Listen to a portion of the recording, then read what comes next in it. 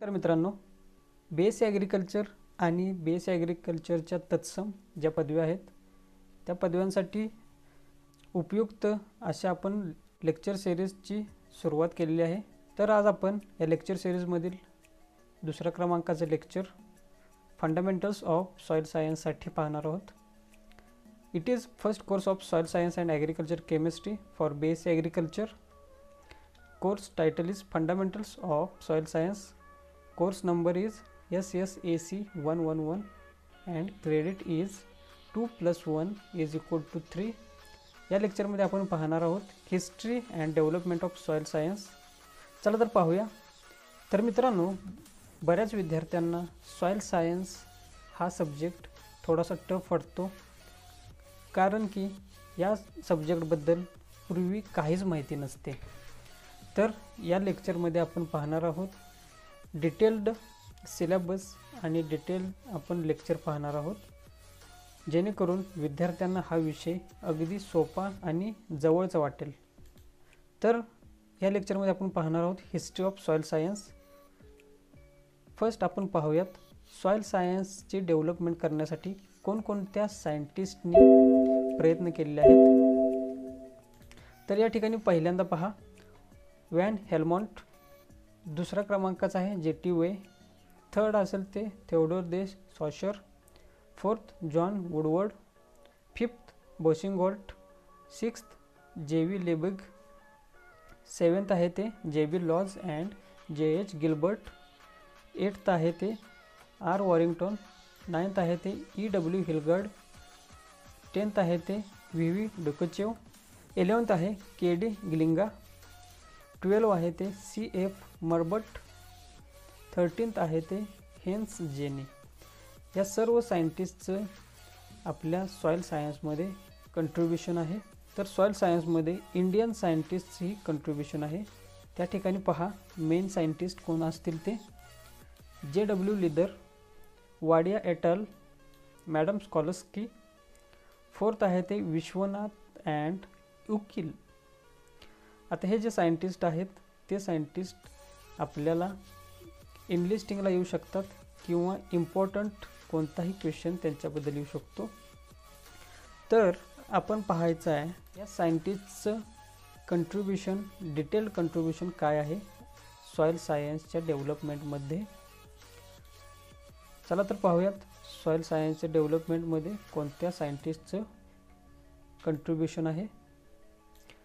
First या ठिकाणी पहा Van Helmont, he concluded that water is main principle for increase dry matter production in plant without loss of soil except conducted on willow tree.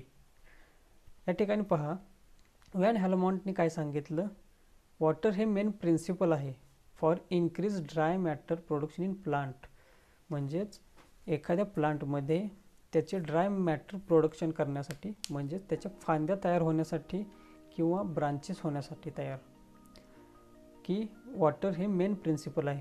पण त्याने exception पण सांगितलेलं आहे, accept conducted on willow tree. या ठिकाणी तुम्हाला पाहायचं असेल विलो ट्री कसा आहे।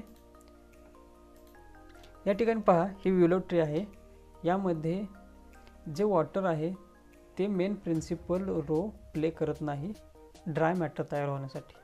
त्यानंतर सायंटिस्ट आहेत पहा John Woodward, he found that muddy water produced more plant growth than rain water.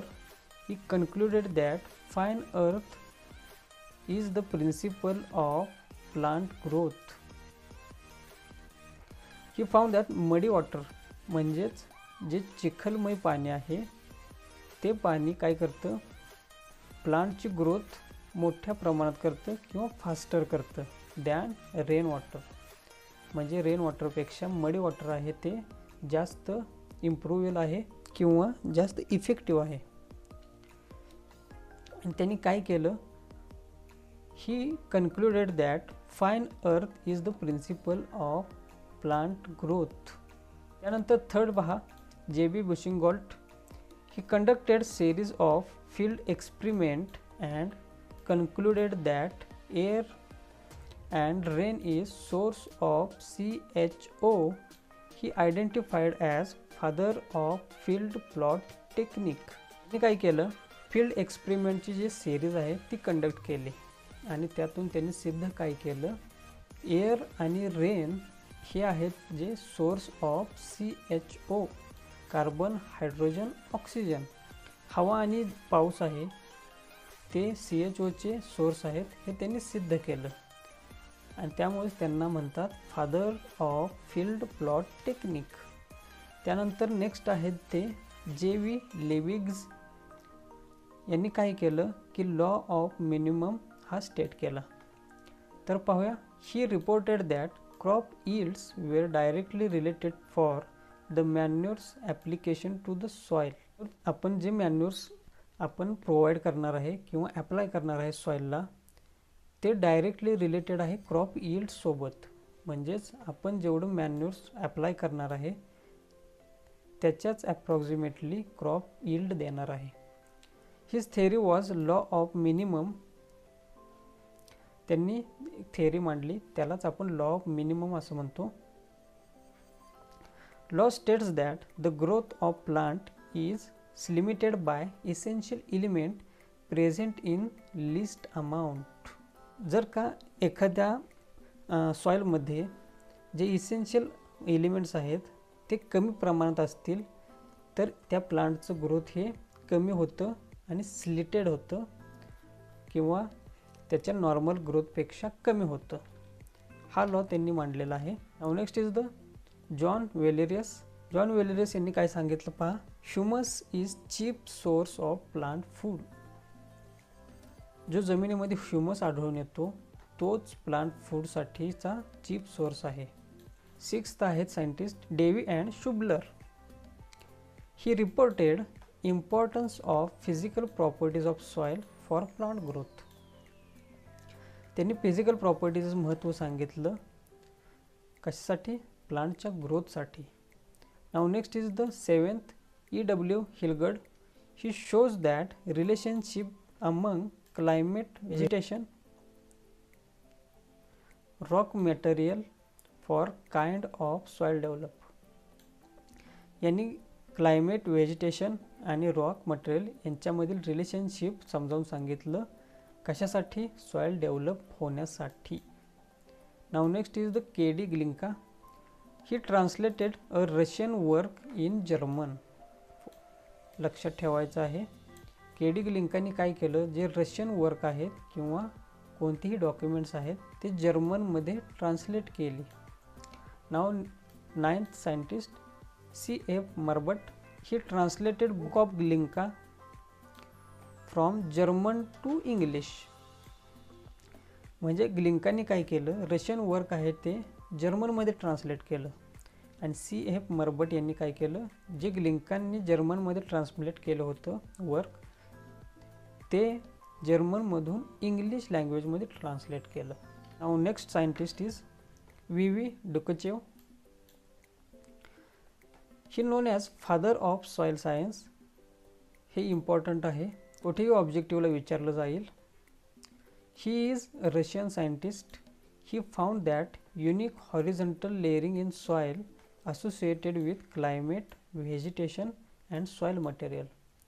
यांनी काय केलं की हॉरिझॉन्टल लेअरिंग जसं सॉईलचं मध्ये पाहत जाईल तेव्हा त्या ठिकाणी क्लायमेट, व्हेजिटेशन आणि सॉईल मटेरियलचं युनिक असोसिएशन पाहायला गेलं त्यांनी. Next, he also developed a concept that soil is natural body. हा एक concept and zonality concept of soil classification. Soil is the natural body आपण डेफिनेशनमध्ये पाहतो आणि जे सॉईलचं क्लासिफिकेशन आहे त्यांना झोनमध्ये कसं डिवाइड केलं हा कन्सेप्ट VV डुकचेव यांनी मांडलेला आहे. Now next scientist is the H. Jenny. He try to explain soil forming factor. या सायंटिस्टने काय केलं, जे सॉईल फॉर्मिंग फॅक्टर्स आहेत ते एक्सप्लेन करण्याचा प्रयत्न केला त्यांच्या या फॉर्म्युलामधून. त्यांनी काय फॉर्म्युला दिला या ठिकाणी पहा, S is equal to F into CL BRPT. यामध्ये S is any soil properties, F is function, CL is climate, B is biosphere, R is relief and T means time. या सर्व फॅक्टर्सचा एका फॉर्म्युलामध्ये करून त्यांनी काय एक्सप्लेन करायचं ट्राय केलं की सॉइल फॉर्मिंग फॅक्टर्स. तर मित्रांनो, हे होते important scientist with contribution in soil science. आपण नेक्स्ट लेक्चरमध्ये पाहणार आहोत स्कोप ऑफ सॉइल सायन्स आणि त्याचे ज्या डिसिप्लिन्स आहेत आणि various concepts in soil science. चला तर मित्रांनो, मी आता तुमची रजा घेतो. भेटूया पुढच्या लेक्चरमध्ये. धन्यवाद.